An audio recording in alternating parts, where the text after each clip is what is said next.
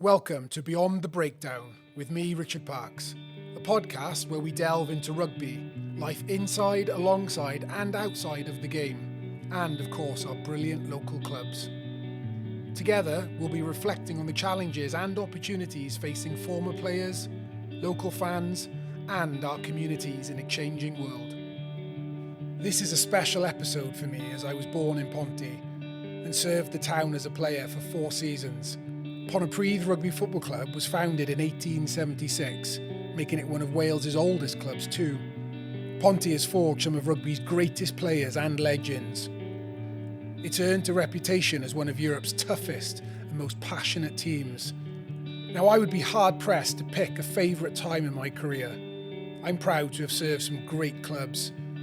But if I was pushed, a full Sardis Road house with my brotherhood, my mum and dad in the stands, the rafters bouncing with ole, ole, ole, ole. It's going to be hard to beat. To me, it's the epitome of Welsh rugby. 15 players going to war to serve something bigger than themselves. Like there's a primal and direct connection to the entire community. I'm not sure there is a Ponty player that embodies this better than today's legend, Dale McIntosh. Chief, it's an absolute pleasure to have you on the show. You're an inspiration to me. You were as a player and you continue to be now as a coach and as a human being.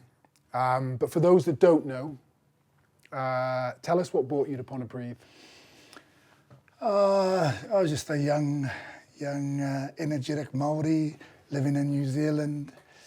I come over, I was 17 and I had my 18th birthday over here.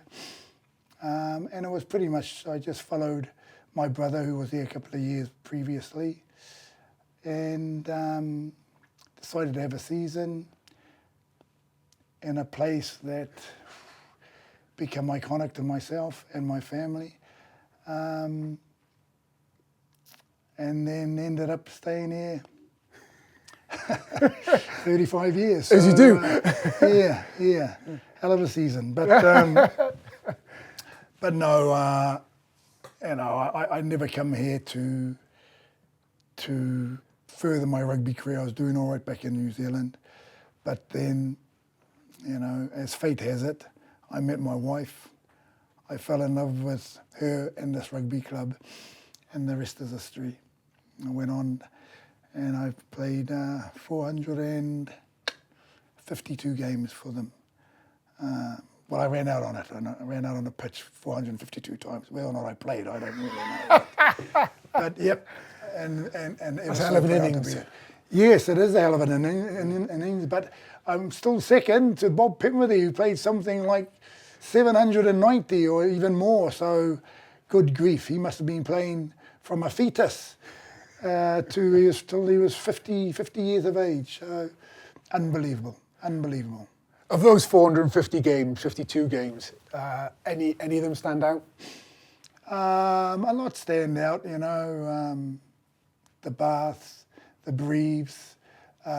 We played Swansea in the semi-finals out here. Might have been the quarter-finals, and my brother was in the opposite side, and they had a phenomenal side, and we pipped them on that occasion. But there's just far too many. I think we played Northampton. We beat Munster out here. We beat Ulster out here. We kind of, it's a tough one, as I say. 452 games. It's hard to kind of put a finger on certain games. There are a couple of games that jump out to me. One was my first year senior rugby. I was 18 playing for Newport, and we drew Ponty in the cup, and I was terrified of you boys. Right? Absolutely terrified. Like what a side! Like what a side, right? And our coach at the time, Steve Jones Jr. He ironically, I was terrified of all you boys up front. You, Baz, Gurka, like it was just Nugget was coming into his own at that time. Like anyway, and I was obviously a flanker, but Jenna was terrified of this like hot young talent, Gareth Wyatt, and the speed you had out wide. So I don't know if you remember, but he actually brought the pitch in at Rodney Parade. like within the rules of the game, there was like a spectrum of pitch size, and anyway, he literally brought the pitch in about 5 meters, and like so that you wouldn't be able to run around us, but that day you just run over us. So. Do you remember that game? No, but sorry, I do remember the game. Sorry, but the circumstances, what I do. Dennis John used to mark the pitch, walk the pitch, every single game. Home and away? Yep. Yeah. Oh, no, just away, yeah. And he come in and he said, I don't know, but that pitch is really narrow. He said, I'm not sure whether it's always been narrow, so he didn't know whether he had changed it on a given day, but he knew that pitch was narrow. So, but that's all I do remember that, mate. But what brought you to Ponty then? You brought in New Zealand. Yeah, my brother was done a season over here previously. Shane now, right? Yeah, Shane. And then Kerry Jones, the then captain of Pontypridd Centre, and Gavin Jenkins, the hooker, Welsh hooker, come back and played for my club alongside myself. I was only 16 and they were a bit older than me, but and then just so happened I was made redundant at the time, and I had a bit of money to spare, so I thought I'd go and experience Wales. I heard so much about it. The Welsh boys are Welsh. They're funny people. I got to say it. I think they're brilliant. Oh, some of the things that you wouldn't dare think of saying, let alone saying, and yet, so I kind of just knew I got to go and see this place, man. Some of the stories they're telling me, and the rest is, I suppose, history, because I then played for Pontypridd. Went back because I was doing pretty well in New Zealand as well. Yeah. But I met my wife, and then end of, as always. Yeah. A good woman puts you to bed. Not to bed, that's the wrong sort.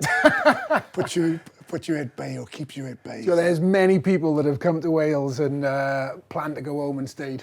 Yeah. It's a beautiful place like that. But why the Rhondda?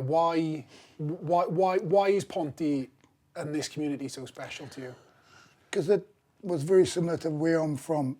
I'm from a place that's pretty hardened, a lot of gang warfare, mongrel mob, black power. A place called Turangi, which is Turangi formed because of a Hotu tunnel, because it's all hydroelectricity in New Zealand. Okay. So they're big on building power stations and tunnels to obviously facilitate that. So people would.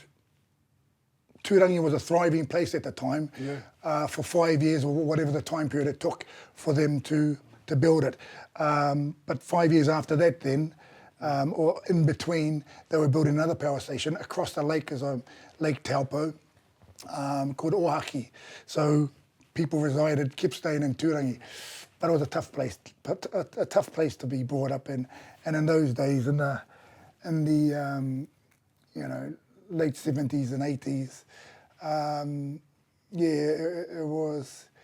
it was ruthless. You'd see people fighting, and there's nothing at all in the streets, battering each other in the streets, just bad drunks around the place. So it was pretty tough, but it also made. We had a very good rugby team. My school was a phenomenal rugby school. Because you were hardened, it made you good sportsmen. You need a bit of mongrel in you. You need that edge in you, to be a good sportsman. So when I came to Wales, to Pontypridd, I felt the valleys were just that. Yeah. They were great guys, but you could see they all had an edge. Hard men. Yeah. And I walked in here and they knew Shane, so I was embraced straight away. you know. I had my normal banter like everyone should get. And then, as I say, they embraced me, I embraced them, and I did my talking on the pitch. But yeah, I honestly believe if I went anywhere else, I wouldn't be sitting here today. Like, Yeah, I can see that. yeah. Yeah, I can see that. Like, you know, the Maori culture is important to you. It's a big part of who you are, obviously. And the little I know of it, I see it resonated here in Ponty. Like, of all the clubs I've played for, and I'm privileged to have played for some great clubs.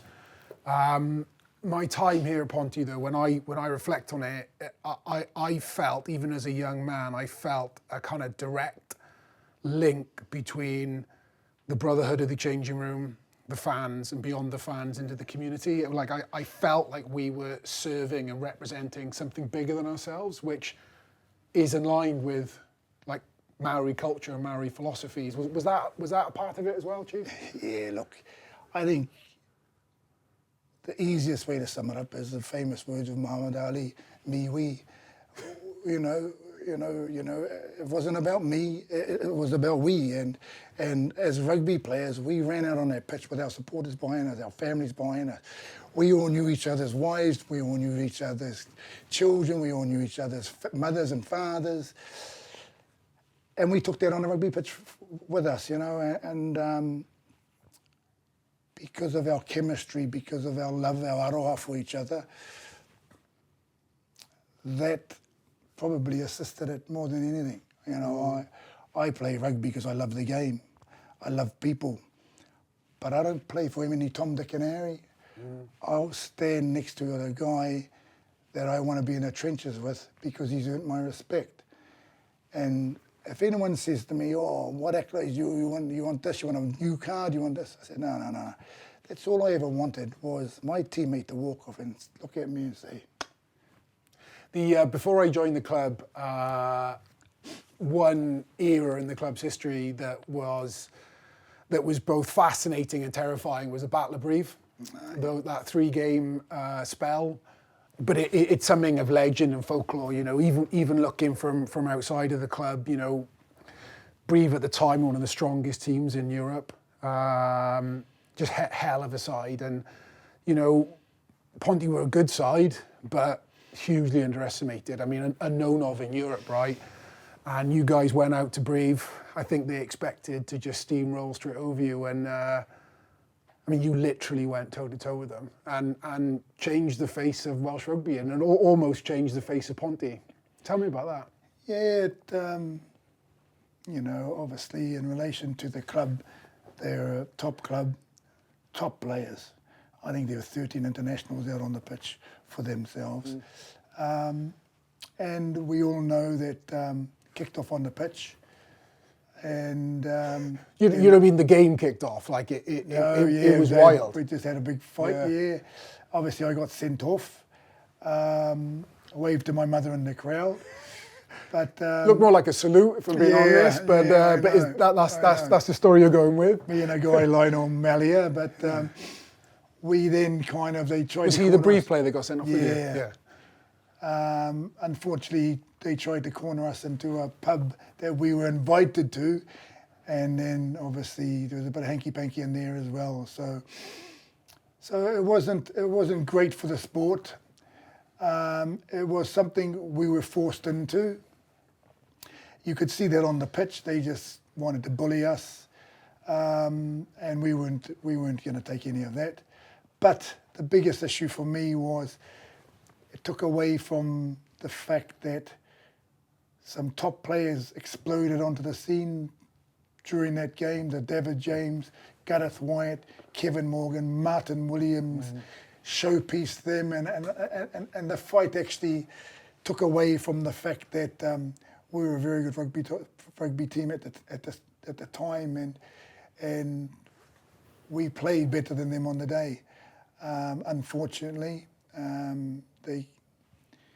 there was a try given to them at the end. It wasn't a try, but the rest is probably history. And then in the return leg, because in Europe you play home and away in the pool, they came here. They came here, we drew. We probably should have turned them over. But the important thing is they left here still battered and bruised. There's a couple of black eyes and broken noses around the place. But they left here with a lot of respect for us. So that's the most important thing is, we were then noted not for people that can hold their own in a fight, but a very good rugby team and a very good rugby club. I didn't realise how green I was until I signed for Ponty and started playing for Ponty, because so much of what I've taken into this second chapter of my life after rugby was instilled and taught here, and listening to you, I think that there was a commitment with the team here that we were going to be uncomfortable. Like we didn't just accept it, we actually sought it out. We pushed ourselves physically, emotionally, but with that, it created or developed an acceptance, a tolerance.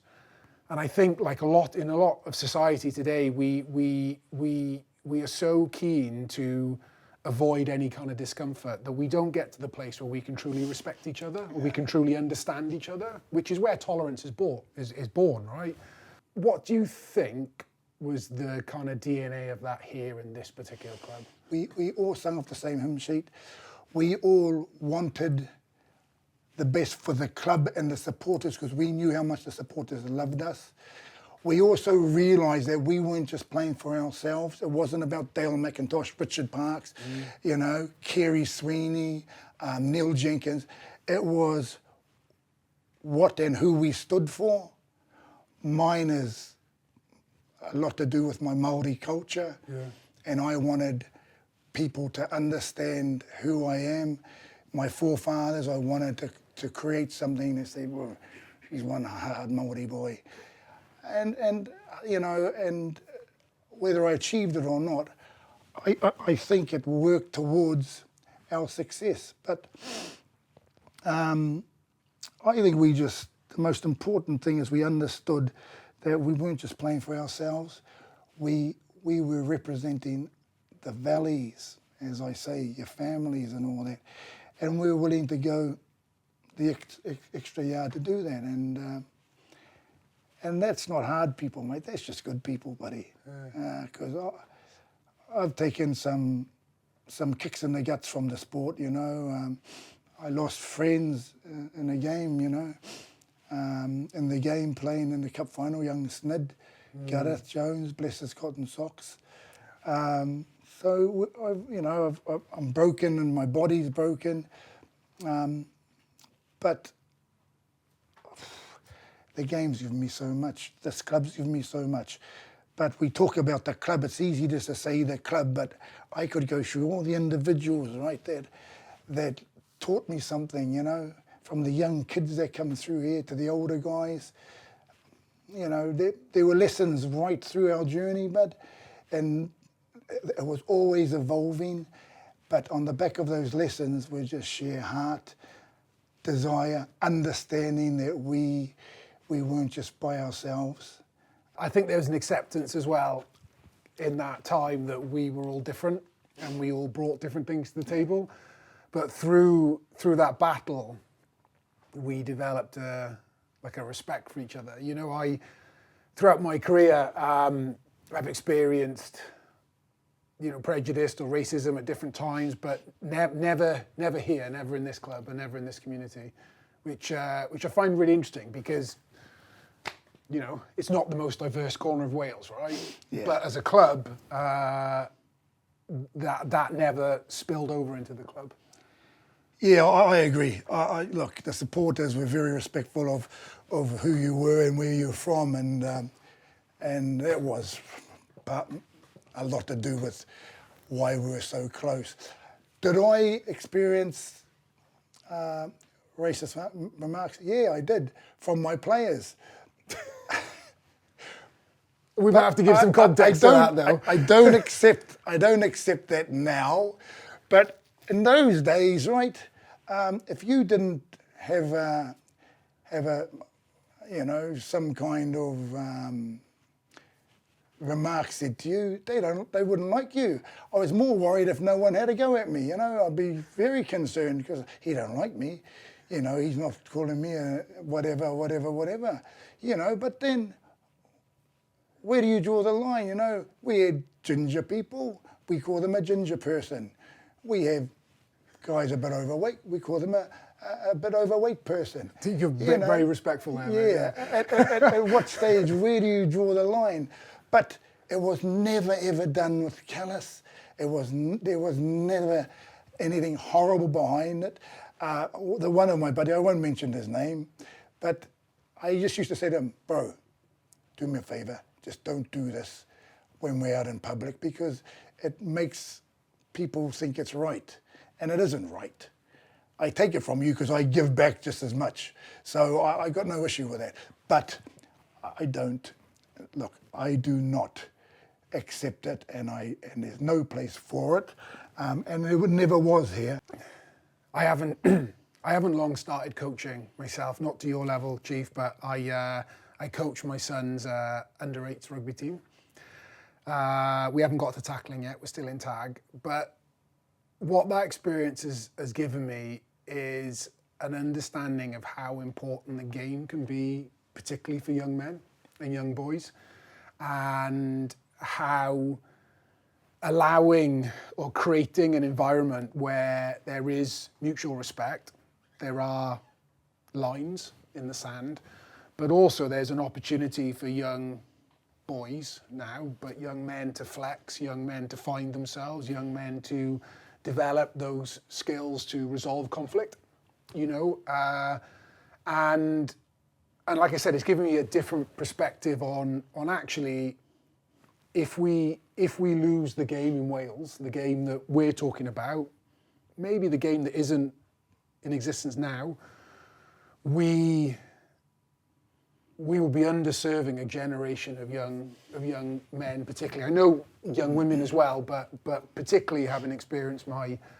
you know, coaching through my son, like it worries me. What do you think about that?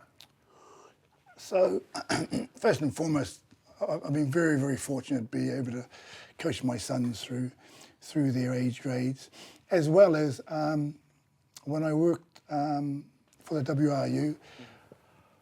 I was, again, very fortunate enough to be able to coach at all age levels in relation to Dewar Shield, DC Thomas, then Wales under-18s.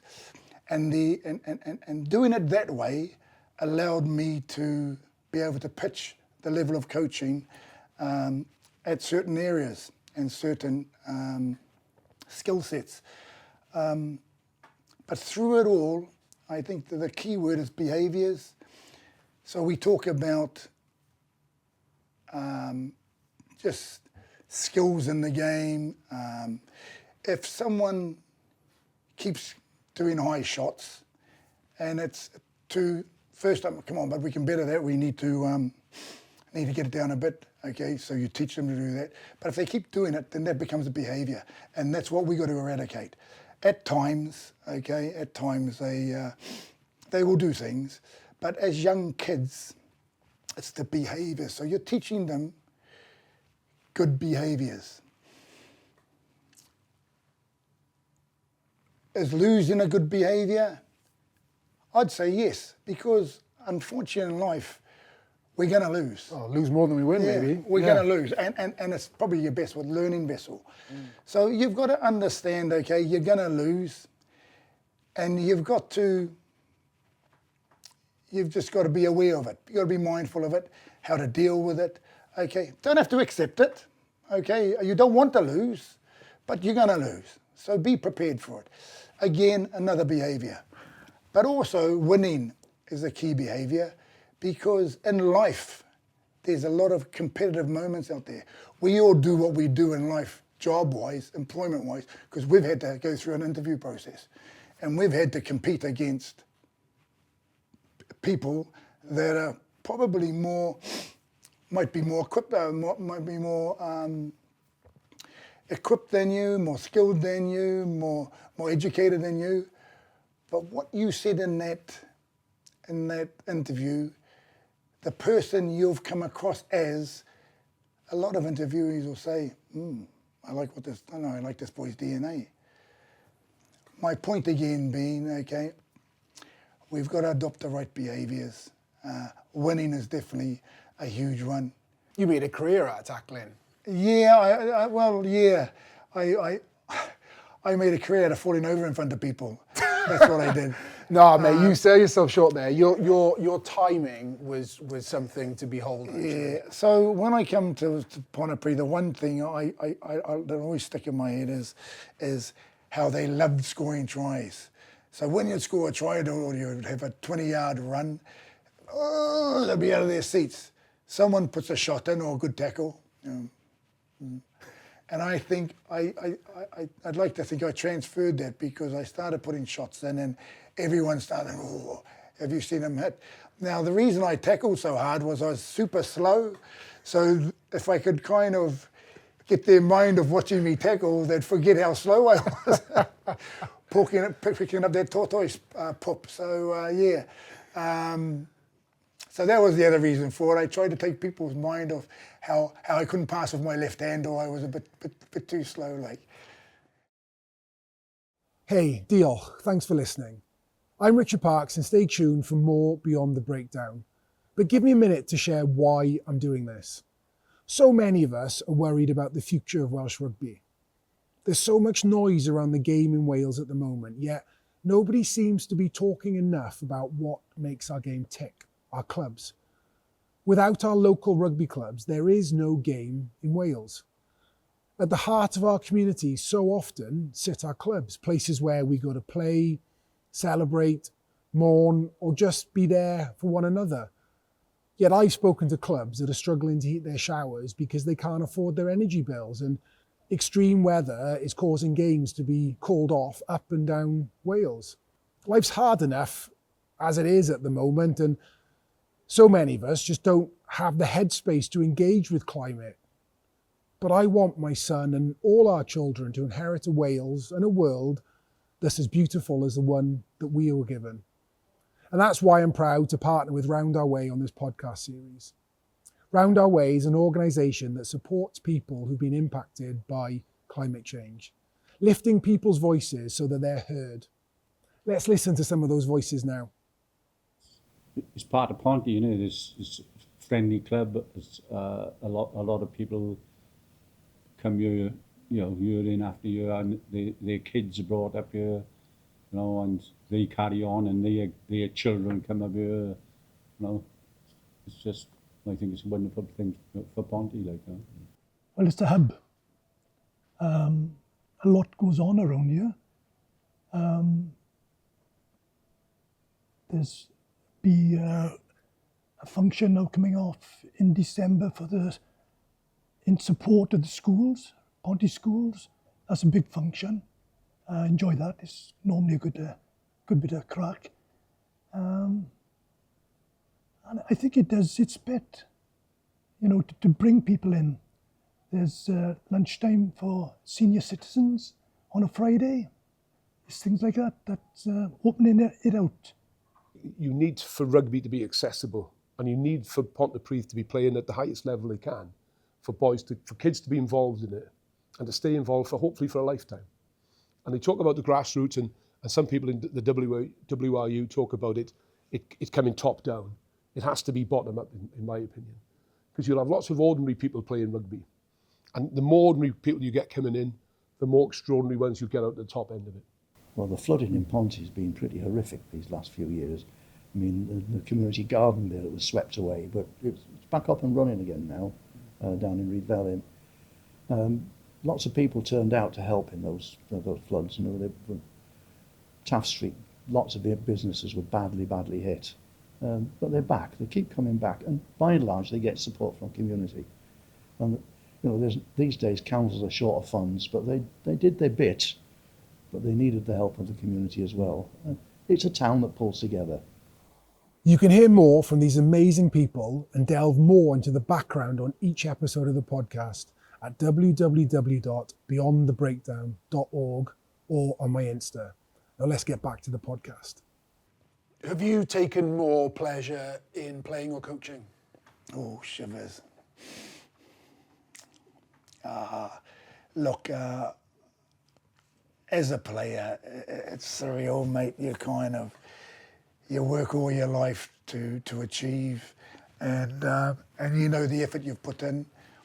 As a coach, yeah, you put in effort, but it's only a effort. It's not the effort. As a player, you know you've done it, mate.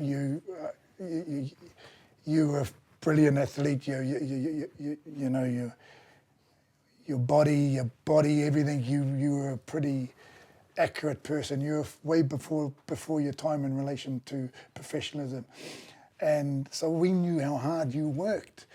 And as a coach, you do work hard, but nowhere near as hard as a player. So I got to say it. The reason I say that is because when you do get your rewards, you know you've earned it. As a player, you mean? As a player, because you've done the hard yards. As a coach, yeah, I suppose the mastermind, but you're very dependent on the ability that you're coaching. Yeah, okay, you've done very, very well to channel that. You've done very well to understand and manage it. But and there's great reward from that, but not like a player. You know, when you sweat and you cry and you smile and you bleed, that's what it's all about, Parks. You know, and there's no, as a coach, there's no substitute. But as a coach, you do also see the other side of the game. You lift the lid up, don't you? You lift the bonnet up and see the engine, and you know, as a player, you're often protected from the challenges of running and managing a club. Yeah. You know, you've experienced that as a coach. It's not an easy job keeping a club afloat. In relation to the economical side of things, it's sad. It's sad. You know, I've been in Brecon and we've had to move training because we can't afford the lights and we can't afford the energy bills for the showers and all that. We've had to put showers on timers on Tuesday on training days and match day because we can only kind of have the showers warm for that window. You know, it is sad. And a lot of clubs are going under. I know up the Bull, we're struggling big times. You know, And it's a Bull now. Yeah, and it's a Bull, and you know, buses. And don't get me wrong, it's not the buses' fault. They've got to pay as well. You know, the economy's going through. It's just tough for clubs nowadays, and we can't keep going back to the WRU and asking for money and this and that. What I would like is probably the government to step in and probably get some kind of discount for these energy bills and that, because they're the cripplers at the moment. Because how I see it is if your kid's playing rugby or doing a sport, okay, that he's not paying an arm and a leg for, we're keeping not just those kids motivated, not just the country motivated, but we're keeping them healthy, mate. Absolutely. You know, so we don't have to go to the NHS because they're healthy people, they're healthy specimens. So instead of a tennis player paying £20 for an hour to use a tennis court, give it to him for £2 because that'll pay us back in NHS funding for that individual. I just look at it like that way, mate. I always think about the health side of things because New Zealand's big on it. They pay very little for a lot of kids' sports because of the fact that they want healthy people. But it is tough. A lot of clubs shutting their doors. It was unheard of, clubs closing on a Monday night and a Tuesday. Yeah. Nowadays, a lot of clubs only open Thursday, Friday, Saturday, Sunday, and then the rest they've got to close down because they just can't afford it. So, unfortunately, Parksy, we're living in a world of that economic climate, and it's just tough. Yeah, it is. But, you know, we're also, the game's also battling, you know, changing weather patterns as well. Yes. Particularly here in Ponty. You know, particularly here in Ponty. we couldn't sit here in Ponty without talking about Storm Bert and Storm Dennis. I was living in Cardiff at the time, and I was just heartbroken, absolutely heartbroken. The flooding savaged the town, decimated the town. Decimated a lot of the town centre, shops, people's livelihoods, and I felt powerless in Cardiff, and especially as this all happened in perfect timing with the lockdowns that came from COVID. You've always lived in and around the club. Like, what was that time like for you, or what are your memories of that time? So the first thing is there's a street that runs alongside the River Taff. It's always flooded. So that was in a hell of a mess. Yeah. They were up to the windows. It was absolutely underwater. So that's kind of, so we're used to that. But then I see the street and cars floating in the middle of the street, and I'm like, holy cow, what's going on here? And I'm like, that's Taff Street, what? And I was just absolutely dumbfounded. And it did a lot of structural damage. It wrecked the town was affected for months, I think they had it bad in Bedwas as well, because I know Bedwas' rugby pitch, they had a couple of cars in the car park and they were floating, but I've never seen it that bad, never. And we've had some pretty bad floods, but yeah, on that given day, wow, it's quite sad, to be honest with you. Yeah, it was. I mean, do you remember, I think we might have played Glasgow out here and the game got called off. The pads blew off the pitch, off the post. I can't even remember what the score was. They were beating us. Were they? Oh, yeah, that's how I remember it. They were beating us, and they hadn't beaten us for a long time, right? And they were beating us because of Tommy, on the outside half is a Māori boy. Yeah. And they called it off, so we had a few beers after, and he said, oh, we're winning too, and we never beat yous. And we were gutted, but I said, but we couldn't have played. He said, no, you're right there, bro. Yeah. I mean, I don't think anyone in this part of Wales is not used to, significant weather. But that period, I can just remember. I can just really remember kind of watching it on the news and, just heartbroken, because it's the first I'd ever seen. It's the first I'd experienced within arm's reach of my life. You never expect it to be on your doorstep, do you? No. It's like anything.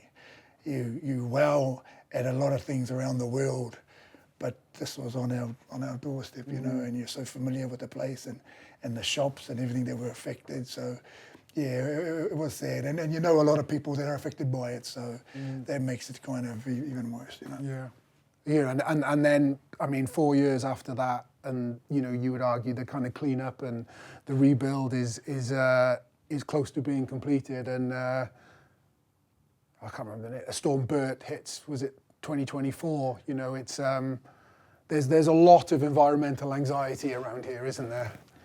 Without a doubt, I think there's a lot of environmental anxiety in the world today, and if there isn't, there should be.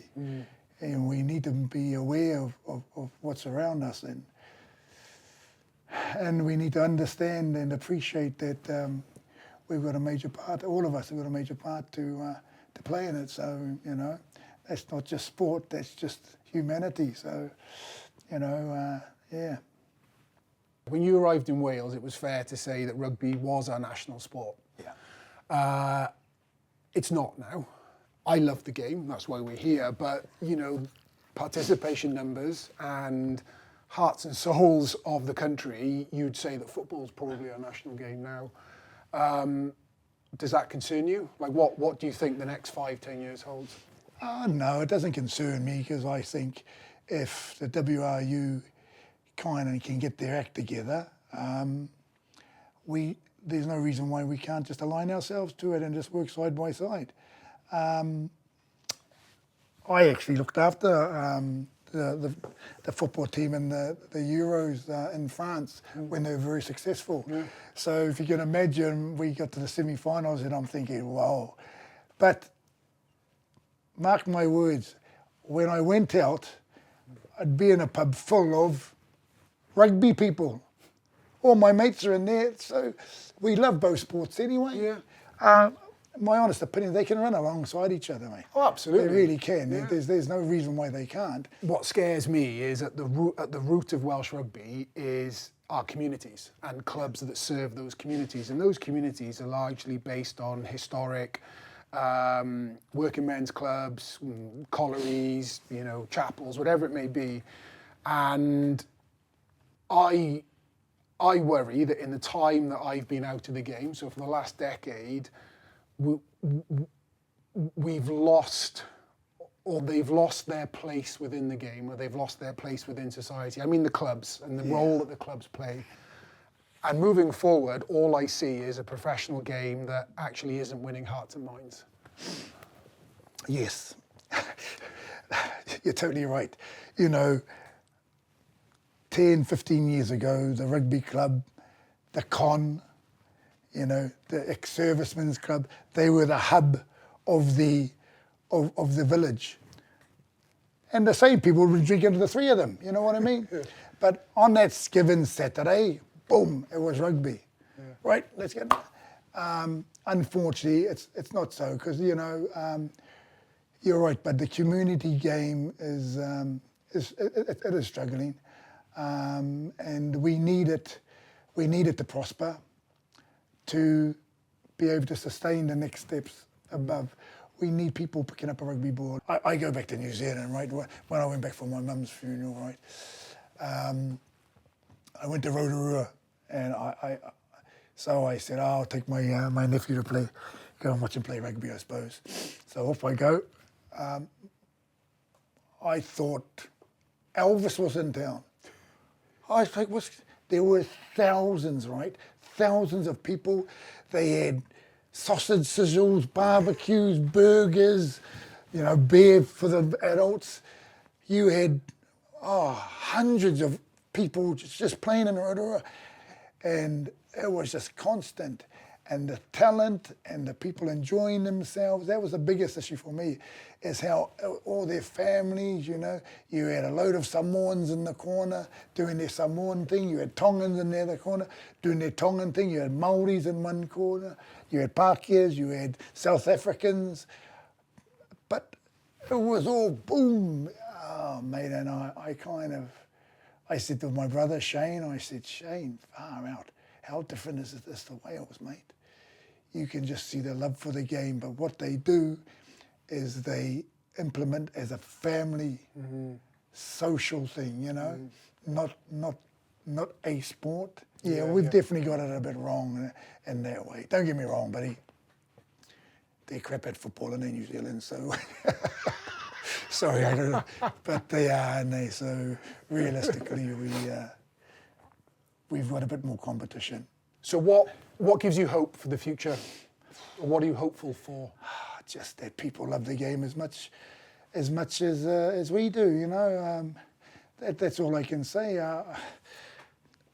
It's not just about the game. It's about what the game brings, mate. We talk about Pontypridd. It's not the club. It's you. It's Neil Jenkins. It's Paul John. It's Nigel Benz. It's the friendships, the Teresa Watkins, people the supporters, the friendships, the camaraderie that comes with rugby. That's the most important thing, man. My life's full because of my family, and then my extended family, which is Pontypridd, and that's what gives me hope, bud. That people love the game and love people as much as I do, mate. I was clearing out the basement in the house the other day, and my son Fred was helping me. Well, if you can call it helping, causing chaos down there. And he found what he thought was a shin pad. And when I looked at it, I realised it wasn't a shin pad. It was the forearm guards that we used to wear. Yeah, the company Proline had made them for us, and like you made those iconic. Like you and the Grog, you and Jinx were like the first players to wear them. But what was really funny was I picked it up and I'm like, oh, shin pad, and then I realised it was like, I don't want to. It was like that. It wasn't soft foam. I don't know what it's made out of. I haven't cut it open, but I thought, ooh, I'm not sure that would fly in the game today. Well, in Brive, funny enough, okay, I had it on because I actually, they made it for myself. And then obviously Jinx and they broke his arm after in it. So they actually made it because I had a plate in my arm. So the ref came up to me and he went, no, you're not wearing that, mate. What is that, Ed Murray, I think. I went, hey, he says, too hard. I went, oh, okay. So I said, I'll sort something out then. So I took it off, 2 shin pads, strapped it, taped it over. I said, is that better? Yeah, that's better, he said. 2 shin pads. I was like, far out. So, and it was hard, but I know. I wouldn't want to hit myself with it. No, I wouldn't. And then I started digging through the bag, and I tore my bicep tendon my second season here. And Proline had made one. It started there and it went down there. And I just thought to myself, like, what? Like, it's wild, right? And I reckon most players would have had a forearm guard across their body at some point in their careers. I would hope so.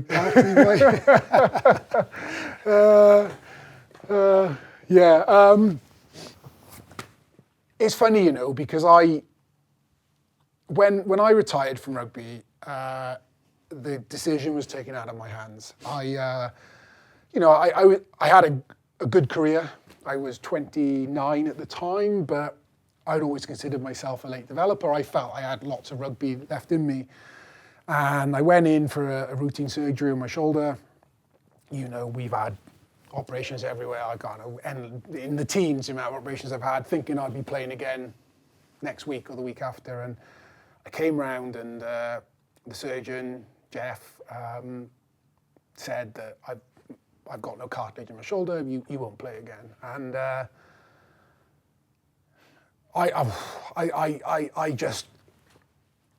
I can just remember going numb, and that period, I actually don't know, weeks, months after that, it was like I just fell off the edge of a cliff. I just wasn't equipped to transition out of the game, and I've reflected on that the last I've had time to reflect on that in this second chapter of my life. And I think for me, the big part of that was the self-identity that came with the game, or the identity that I had of myself as a rugby player, the brotherhood that came with the game. You know, I particularly in clubs like Ponty, you know, my time here was a huge part of my family's life, not just mine, mum and dad in the stand. I don't think there's any easy way to transition out of the game. What was your transition out of the game like?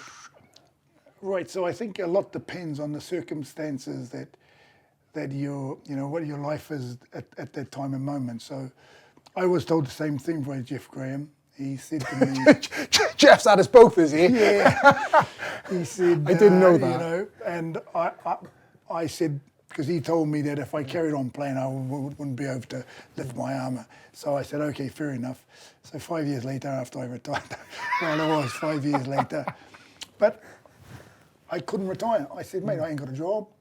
I'm a professional rugby player. That's what I do. So I can't retire. So I didn't, you know. And then give me time to think about what I was going to do post-rugby. And then I kind of went into the coaching side of things, just fell into that. So I was fortunate that it never my retirement from the game, because I was coaching Pontypool, I went straight from retiring to a player coach to fully retiring. So the void wasn't that big because I was still in rugby. Yeah. I was still coaching at a high level. I was in the club I love. Yeah. And fortunately, because of the players around me, I was very successful. So my transition was pretty mild. Was it tough? Yeah, of course it was. You want to be, as I said earlier, we want to be a player. I was put on this earth to play rugby, not to coach it, not to manage it, to play it. So I missed all the big lights as such, but I also understood it was my time. And then, as I say, I kind of carried on the coaching, and I was lucky enough to be able to make a living at it. What I will say, my friend, okay, is you're always quite a deep person, but okay, and I mean this with all the love in the world, mate. You're a deep person. You wore your heart on the sleeve, but I remember you didn't give that pass against Poe. Remember that? And me and you were rooming together. Oh, I was going to get a paper suit for you, man. I thought, oh, man, what's going on here? I said, bro, it's all right, mate. It's a game of rugby. We just almost beat one of the best teams in France. I said, why are you disappointed with yourself? Because we could have. We could have won. Could have, should have, would have. Who cares? I said, mate, honest, but you, and I used to try and say to you, bro, it's not the ends of, rugby isn't everything, mate, and it isn't. Okay, I love the game with all my heart, but good grief, bro, okay, I love a lot of other things, mate. And that's all it is. And then what you said is right, mate. That's all you did is you took your focus onto something else. And be it totally the opposite of rugby, it worked for you. Yeah. But more importantly, mate, you've done something that not many human beings would do. And, you know, as I say, you know, you're iconic in that way, mate. So if that's what it took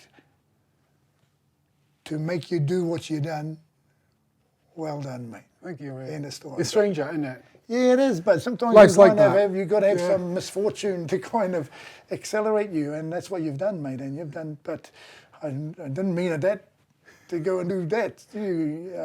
Even the boys there, you know what we're like. What's he doing? Is there something wrong with him? But hand on my heart, but unbelievable. Cheers, brother. It's funny you mentioned Poe, because actually that I spoke not so long ago actually at a mental health event, and I said, you know, when I was in that period and I just kind of felt lost. It's funny, it's not the games that you win that come flashing in front of me. It's all the regrets that I had, and that game, like, it still haunts me now. Literally now, 20 years ago. As I say, it still haunts me now. I've lost in top finals. You got to understand you're going to lose, and that's what I talked about in relation to you know, behaviours, and you're going to lose, mate. Don't have to accept it, but you got to appreciate it happens. So just get with it. You know, that's how I look at it, mate. You know. But bro, as I say, you're a deep person. You always were, but and that probably made you the person you were. But so all good, mate. Cheers, mate. If you don't mind me saying, you're grandfather now. Yep. Congratulations. Very proud grandfather of two beautiful grandkids, Mila and Mimi. Don't forget any now. Don't forget any. No, shivers, no, Mila and Mimi, and they're brilliant. But oh mate, I'm so happy for you. It's nuts to think that, you know, your kids are that age now. Like it's why time goes so quickly. But the thing is, you know, my grandkids will never know me as Dale McIntosh, the rugby player. They'll know me as, you know, Dale McIntosh Koro or Ponty and that's what I'll be proud of. So I've got another journey to go on to try and make myself a person to be looked up to, you know. So, and Oh, I love them with all my heart, Parksy, I've got to say. But over the years, the club has forged some of the best players in the game. Legends on the field and off the field. From the bottom of my heart, brother, you are the epitome of that legend, and it is an absolute pleasure, mate, to have you on. Yeah, well, pleasure's all mine, but take it up, bud.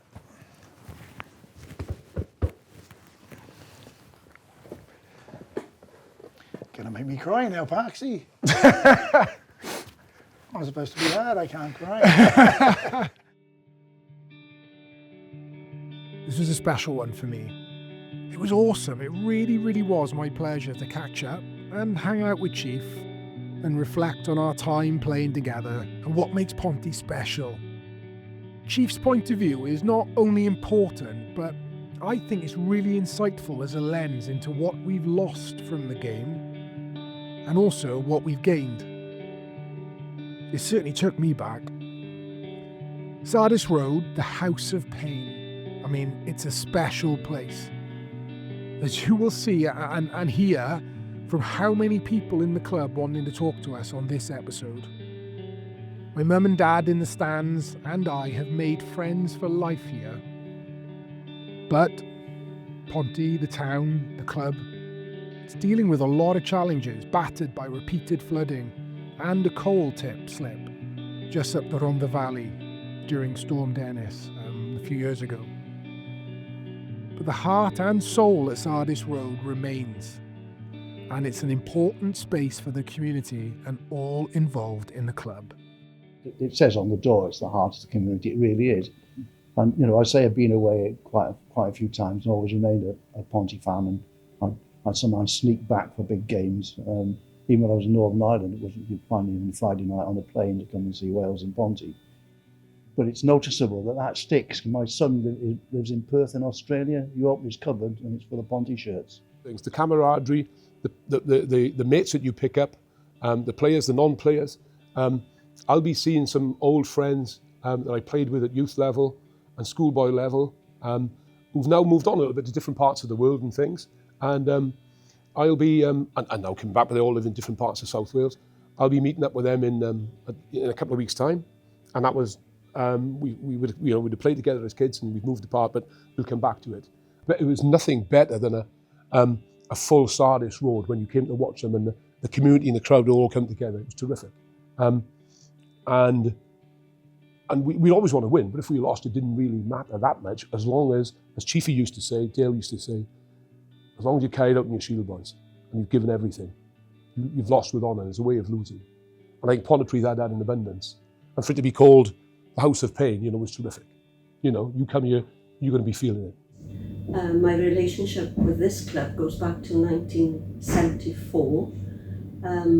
My husband is the late Alan Jones, who was a board member of this club and a big friend of Steve as well.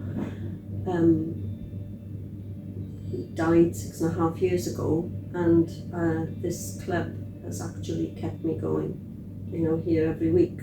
And then my husband became ill in the late 90s, beginning of 2000, and then I backed off a bit then because I think he needed to have his friends around him because he had multiple sclerosis.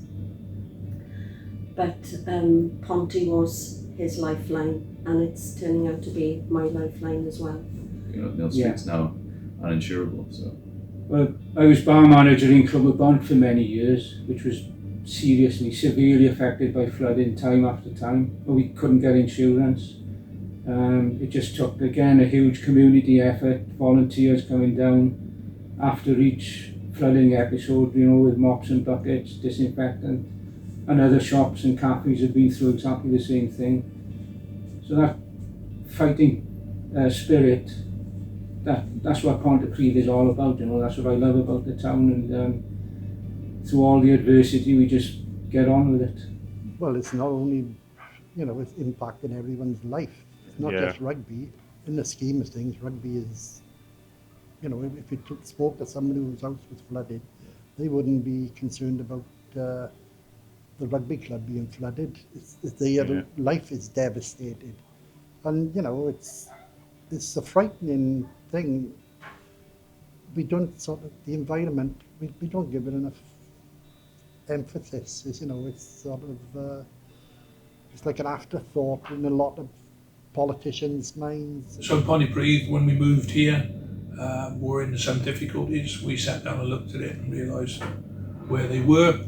And it's just basically the community at large. You know, we come here and the whole ethos of the club, once a month we take 120 pensioners out for lunch.